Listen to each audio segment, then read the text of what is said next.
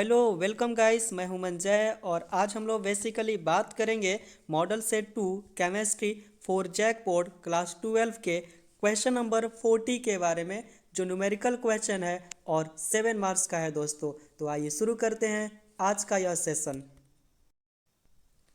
और जैसा कि यहाँ पे देख सकते हैं क्वेश्चन नंबर 40 को, और क्वेश्चन है calculate the molarity of solution containing 40 gram of NaOH dissolve in 2 litre of the solution, है ना।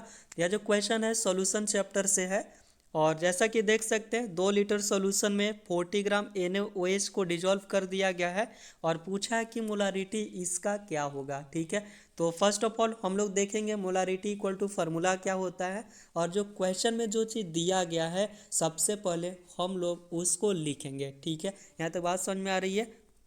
और जैसा कि क्वेश्चन में दिया गया है मास ऑफ NaOH 40 ग्राम, ठीक है, तब हम लोग इसका मोलर मास निकालेंगे। सोडियम का जो एटॉमिक मास होता है 23 होता है, ऑक्सीजन का 16 होता है और हाइड्रोजन का होता है 1। ठीक है, सबको ऐड कर देंगे तो कितना आ जाएगा 40। बात समझ में आ रही है।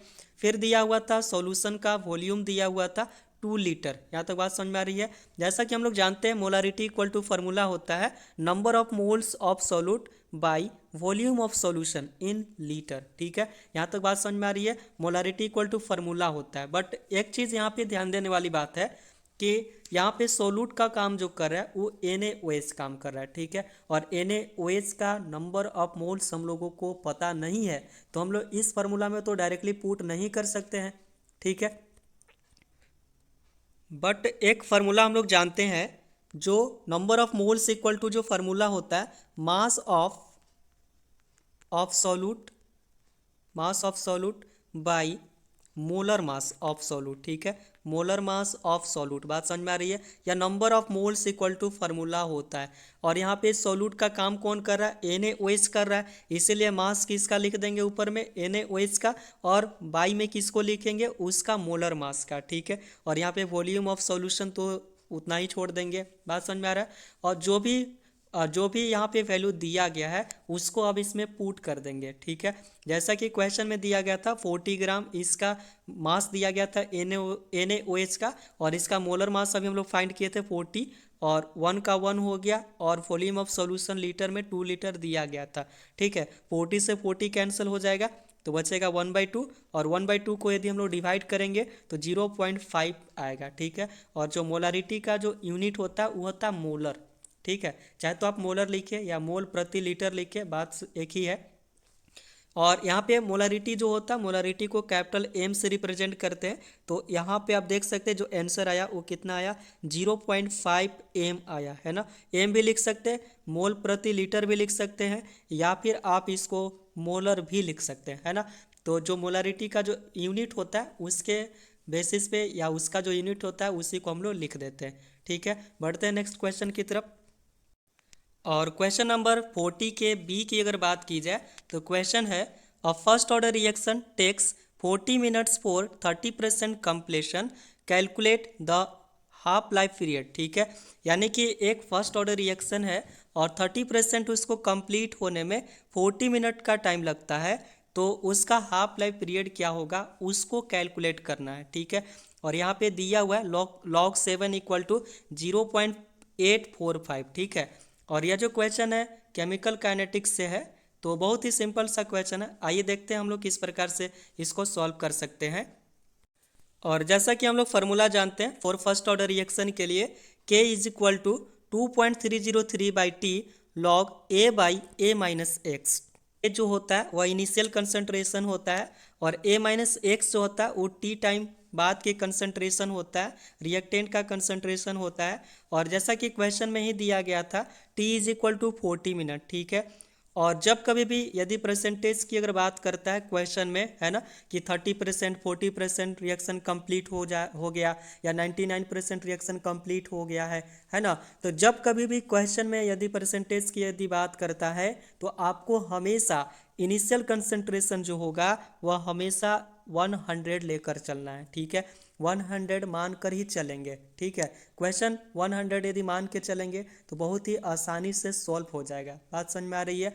तो जब कभी भी अगर परसेंटेज की अगर बात करता है क्वेश्चन में, तो हम लोग हमेशा इनिशियल कंसंट्रेशन को 100 मान कर ही चलेंगे। क्यों? क्योंकि परसेंटेज का मतलब होता है कोई चीज़ 100 में कितना कंप्लीट हो रहा है ना। यदि 30% रिएक्शन कंप्लीट हुआ है, दैट मीन्स 100% का 30% कंप्लीट हुआ है। बात समझ में आ रहा है? इसीलिए हम लोग जब कभी भी परसेंटेज की अगर बात करेगा तो हम लोग रिएक्टेंट का इनिशियल कंसंट्रेशन को 100 मानकर ही चलेंगे, ठीक है। और ऊपर जितने भी वैल्यू है सबको इस फार्मूला में पुट कर देंगे, तो k इज इक्वल टू 2.303/40 हो जाएगा। टी का वैल्यू 40 पुट कर देंगे, क्वेश्चन में ही दिया गया था। और log A that means initial concentration को हम लोग 100 माने हैं, तो 100 पुट कर दिए। और बाई ए माइनस एक्स होता है, तो ए दैट मीन्स 100 और एक्स दैट मीन्स इतना परसेंट कंप्लीट हो गया, 30% कंप्लीट हो गया, इसलिए ए माइनस दैट मीन्स 100 माइनस 30 हो जाएगा, ठीक है। यहाँ पे 2.303/40 को सेम छोड़ दिए, लॉग का लॉग हो गया और 100 का 100 हो गया। 100 माइनस 30 दैट मीन्स 70 होगा, और 70 से जीरो कैंसिल आउट कर देते हैं, ठीक है। तो क्या बचेगा? 10/7 बचेगा। यहाँ तक बात समझ में आ रही है? अब देखिए क्या कर सकते हैं, लॉग का एक फार्मूला होता है दोस्तों, ठीक है। यदि आप पढ़े होंगे तो लॉगरिथमिक फंक्शन एक होता है, और लॉग का एक फार्मूला होता है, कुछ प्रॉपर्टीज होते हैं कि लॉग ए बाई बी दिया हुआ है ना। Log A by B that means यदि डिवाइड में दिया गया है तो लॉग को आप लिख सकते हैं ऐसा, है ना। Log A minus log B आप लिख सकते हैं, है ना। क्या लिख सकते हैं? Log A minus log B आप लिख सकते हैं, या फार्मूला होता ही है। यहाँ तक बात समझ में आ रहा है? तो यहाँ पे आप देख सकते हैं क्या है, log 10/7 है, तो हम लोग क्या लिख सकते हैं? log 10 माइनस log 7 लिख सकते हैं, ठीक है। यहाँ तक बात समझ में आ रही है? और log 10 का जो वैल्यू होता है वह 1 होता है, ठीक है। और log 7 का वैल्यू क्वेश्चन में ही दिया गया है 0.845, ठीक है। और इसी को थोड़ा सा सॉल्व कर देंगे, कुछ करना नहीं है। यदि हम लोग 1 में से 0.845 को यदि सब्ट्रैक्ट करते हैं तो आएगा 0.155, ठीक है। यहाँ तक बात समझ में आ रही है? तो यह जो वैल्यू आया हम लोग का k का वैल्यू आया, रेट कांस्टेंट का वैल्यू आया, ठीक है।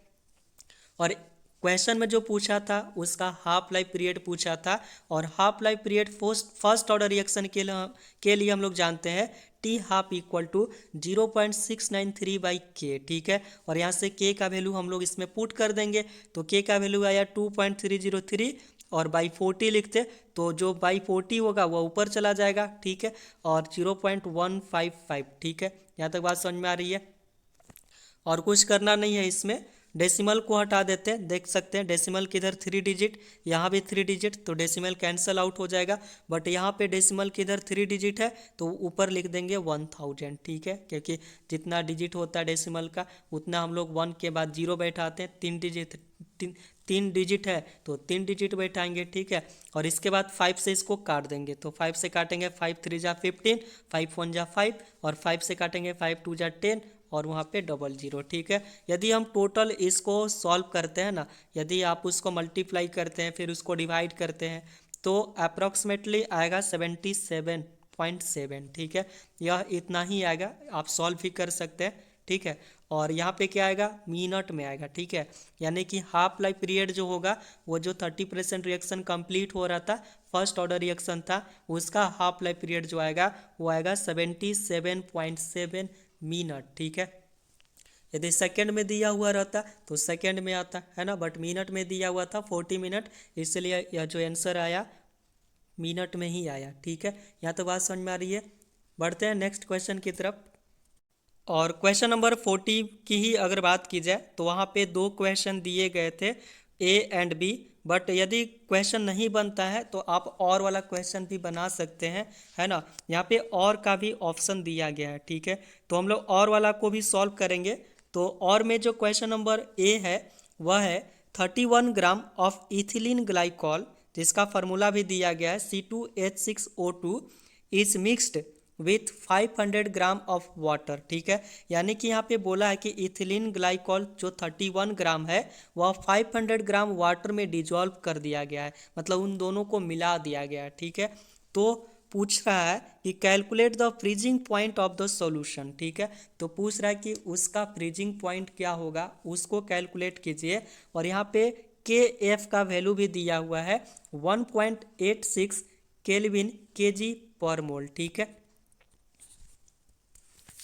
क्वेश्चन है सॉल्यूशन चैप्टर का ही है, तो आइए देखते हैं हम लोग किस प्रकार से इसको सॉल्व कर सकते हैं। और जैसा कि क्वेश्चन में दिया गया था, है ना, इथिलीन ग्लाइकॉल का मास दिया गया था 31 ग्राम, है ना। और यहाँ पे जो मास दिया गया था उसको रिप्रेजेंट करेंगे WB से। बी दैट मीन्स सॉल्यूट, है ना। सॉल्यूशन में दो कंपोनेंट होते हैं, सॉल्यूट होता है, सॉल्वेंट होता है। तो जो सॉल्यूट होता है उसको बी से रिप्रेजेंट करते हैं और जो सॉल्वेंट होता है उसको ए से रिप्रेजेंट करते हैं, ठीक है। और यहाँ पे जो मास दिया गया होगा और जो मास दिया रहेगा उसको हम लोग डब्ल्यू से रिप्रेजेंट करते हैं, ठीक है। तो यहाँ पे जो इथिलीन ग्लाइकॉल जो काम करेगा वो सॉल्यूट जैसा काम करेगा, इसलिए उसको WB से रिप्रेजेंट कर दिए। अब इसका हम लोग मोलर मास फाइंड कर लेंगे। फार्मूला जैसे कि फार्मूला दिया गया था क्वेश्चन में ही, C2H6O2, कार्बन 2 है, कार्बन का जो एटॉमिक मास होता है 12, तो 2 का आ जाएगा 24। और हाइड्रोजन का 1 होता है, 6 हाइड्रोजन है तो 6 का 6 हो गया। और ऑक्सीजन का होता है 16, और यहाँ पे ऑक्सीजन 2 है तो 16 इंटू 2 करेंगे तो आ जाएगा 32। और सबको यदि सम कर देते हैं तो आ जाएगा 62। यहाँ तक बात समझ में आ रहा है। अब देखिए, और क्वेश्चन में ही एक और वैल्यू दिया गया था, वह था मास ऑफ वाटर, जिसको WA से रिप्रेजेंट करेंगे, और वह है 500 ग्राम, ठीक है। और KF का भी वैल्यू दिया गया था 1.86 केल्विन केजी पर मोल। बात समझ में आ रही है यहाँ तक, ठीक है। और एक और फार्मूला हम लोग पढ़े हैं और जानते भी हैं, है ना। और वह फार्मूला क्या होता है, वह freezing point equal to formula होता है। बट एक चीज़ और जानते हैं, जो freezing point of pure water का होता है वो होता है 273.15 केल्विन, ठीक है। और एक फार्मूला हम लोग जैसा कि जानते हैं, delta TF equal to KF into WB into 1000 by MB into WA, ठीक है। KF का KF और WB का मतलब हो गया मास ऑफ सॉल्यूट इंटू 1000 हो गया, और MB मतलब मोलर मास ऑफ सॉल्यूट, और WA दैट मीन्स हो गया सॉल्वेंट का वेट या सॉल्वेंट का मास जो दिया गया होगा, ठीक है। यहाँ तक बात समझ में आ रही है। और कुछ नहीं करना, सबका वैल्यू ऊपर दिया गया था और सबको इस पर पुट कर देंगे, ठीक है। K का वैल्यू दिया गया था, KF का 1.86, और WB था 31, और 1000 का 1000 फार्मूला से, और इसके बाद लिख देंगे MB का वैल्यू 62 और इंटू WA का वैल्यू था 500। यहाँ तक बात समझ में आ रही है। और कुछ नहीं करना है ना, सबको इस फार्मूला में पुट कर देना है। और जैसे अब इसको हम लोग कैलकुलेट करेंगे, है ना। तो 31 2 जा 62 कैंसिल आउट हो जाएगा, और 500 इंटू 2 करेंगे तो 1000 होगा, फिर 2 से 2 कैंसिल आउट कर देंगे तो हम लोग को क्या बच जाएगा 1.86 केल्विन। यहाँ तक बात समझ में आ रही है। बट अभी तक जो हम लोगों ने फाइंड किया है वह फाइंड किया डेल्टा TF का वैल्यू, और डेल्टा TF का मतलब होता है डिप्रेशन ऑफ फ्रीजिंग पॉइंट, ठीक है। बट यहाँ पे जो क्वेश्चन पूछा गया है वह पूछा गया फ्रीजिंग पॉइंट ऑफ सॉल्यूशन, है ना। उस सॉल्यूशन का फ्रीजिंग पॉइंट कितना होगा, है ना। तो जो फ्रीजिंग पॉइंट होता है उसको केवल TF से रिप्रेजेंट करते हैं, और TF इक्वल टू फार्मूला हो जाएगा जो प्योर वाटर का जो बॉइलिंग पॉइंट था उसमें से, या प्योर वाटर का जो फ्रीजिंग पॉइंट था उसमें से, जो अभी हम लोग डिप्रेशन और फ्रीजिंग पॉइंट को जो निकाले उसको सब्ट्रैक्ट कर देंगे, ठीक है।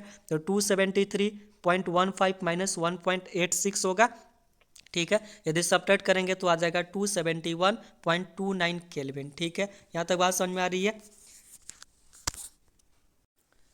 और जैसा कि क्वेश्चन नंबर 40 के और में दो क्वेश्चन है A एंड B, और अभी तक हम लोगों ने A को डिस्कस किया है।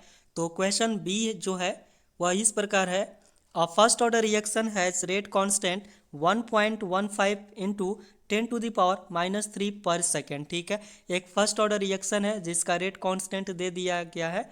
तो पूछ रहा है कि how long will 5 gram of this reactant take to reduce to 3 gram, ठीक है। तो पूछ रहा है कि इसको 5 ग्राम से, मतलब जो रिएक्टेंट है 5 ग्राम से 3 ग्राम होने में कितना टाइम लगेगा, ठीक है। यह क्वेश्चन है। यानी कि फर्स्ट ऑर्डर रिएक्शन है, उसका रेट कांस्टेंट दिया गया है। पूछ रहा है कि जो रिएक्टेंट होगा 5 ग्राम से 3 ग्राम कंप्लीट होने में उसको कितना टाइम लगेगा। ठीक है, तो देखिए कैसे सॉल्व कर सकते हैं। और जैसा कि हम लोग फार्मूला से जानते हैं फॉर फर्स्ट ऑर्डर रिएक्शन के लिए, T इक्वल टू 2.303 बाई के log A by A minus x. ठीक है, जो टाइम इक्वल टू फार्मूला होता है वह यही होता है। और क्वेश्चन में दिया गया है ए इक्वल टू 5 ग्राम, जो इनिशियल कंसंट्रेशन है रिएक्टेंट का वो 5 ग्राम है, और 5 ग्राम से वह रिड्यूस होकर 3 ग्राम हो जा रहा है। That means A minus x का वैल्यू दे दिया है 3 ग्राम, और के का भी वैल्यू दिया हुआ है 1.15 इंटू 10⁻³ पर सेकेंड। ठीक है, अब क्या करेंगे, इस सारे वैल्यू को हम लोग इस फार्मूला में पुट कर देंगे और इसको सॉल्व कर देंगे। ठीक है, और यदि सारे वैल्यू को हम लोग पुट कर देते हैं तो कुछ इस प्रकार से आएगा, T is equal to 2.303 by 1.15 into 10⁻³ log 5/3। ठीक है, और एक फार्मूला होता है log A by B is equal to लिख सकते हैं log A minus log B, तो लॉग 5/3 को लिख सकते हैं लॉग 5 माइनस लॉग 3। ठीक है, यहाँ तो बात समझ में आ रही है। और 10 का पावर यहाँ पे -3 था, यदि हम इसको ऊपर ले जाएंगे तो 10 का पावर माइनस से प्लस में हो जाएगा, यानी कि 10⁻³ हो जाएगा। और यहाँ पे अगर डेसिमल को हटाते हैं तो डेसिमल के इधर 3 डिजिट है, दैट मीन्स 1000 होगा। 1000 को 10 का पावर 3 लिख सकते हैं, और इसमें डेसिमल की इधर 2 डिजिट है तो उधर हम लोग 100 लिख सकते हैं, और 10⁻³ से 10⁻³ कैंसल आउट हो जाएगा। ठीक है, और यहाँ बच गया 2303 इंटू 100, और बाई क्या बच जाएगा 115। ठीक है, और लॉग 5 का जो वैल्यू होता है वो होता है 0.6990, और माइनस लॉग 3 का जो वैल्यू होता है 0.4771। ठीक है, और इसमें से अगर इसको हम सब्ट्रैक्ट करते हैं तो यह आ जाएगा 0.2219। यहाँ तक बात समझ में आ रही है, आगे बढ़ें। और जैसा कि और इसको कुछ करना नहीं है, बस इसको थोड़ा सा कैलकुलेट कर देंगे, है ना। तो अभी हम लोग इससे अगर इसको सब्ट्रैक्ट किए तो इतना आया, और इसको क्या कर देंगे मल्टीप्लाई कर देंगे। ठीक है, तो एक और काम कर सकते हैं, डेसिमल के इधर 4 डिजिट है तो अगर उसको हटा देंगे तो यहाँ पे 1 पे 4 डिजिट के स्थान पे 4 जीरो आ जाएगा। ठीक है, और 2 जीरो से 2 जीरो हम लोग कैंसिल आउट कर सकते हैं, और इसको मल्टीप्लाई कर सकते हैं। मल्टीप्लाई करेंगे तो 5110,357 आएगा, और इसको मल्टीप्लाई करेंगे तो आ जाएगा 11500। ठीक है, आप उसको कैलकुलेट कर सकते हैं, मल्टीप्लाई कर सकते हैं। ठीक है, और यदि हम लोग इसको डिवाइड करेंगे तो अप्रॉक्सीमेटली आएगा 444। ठीक है, और यहाँ पे टाइम था, टाइम सेकंड में ही दिया गया था, मतलब जो के का जो वैल्यू दिया गया था वो पर सेकंड दिया गया था, तो यहाँ पे जो आंसर भी जो आएगा वो सेकंड में ही आएगा। यानी कि जो क्वेश्चन में जो पूछा था कि 5 ग्राम से 3 ग्राम कंप्लीट होने में कितना टाइम लगेगा, तो टाइम लगेगा 444 सेकेंड। यहाँ तक बात समझ में आ रही है। यदि आप लोगों को यह वीडियो अच्छा लगता है तो वीडियो को लाइक किया कीजिए, सब्सक्राइब किया कीजिए, और हो सके तो शेयर भी कर दीजिए। ठीक है, तो मिलते हैं नेक्स्ट वीडियो में, तब तक के लिए बाय।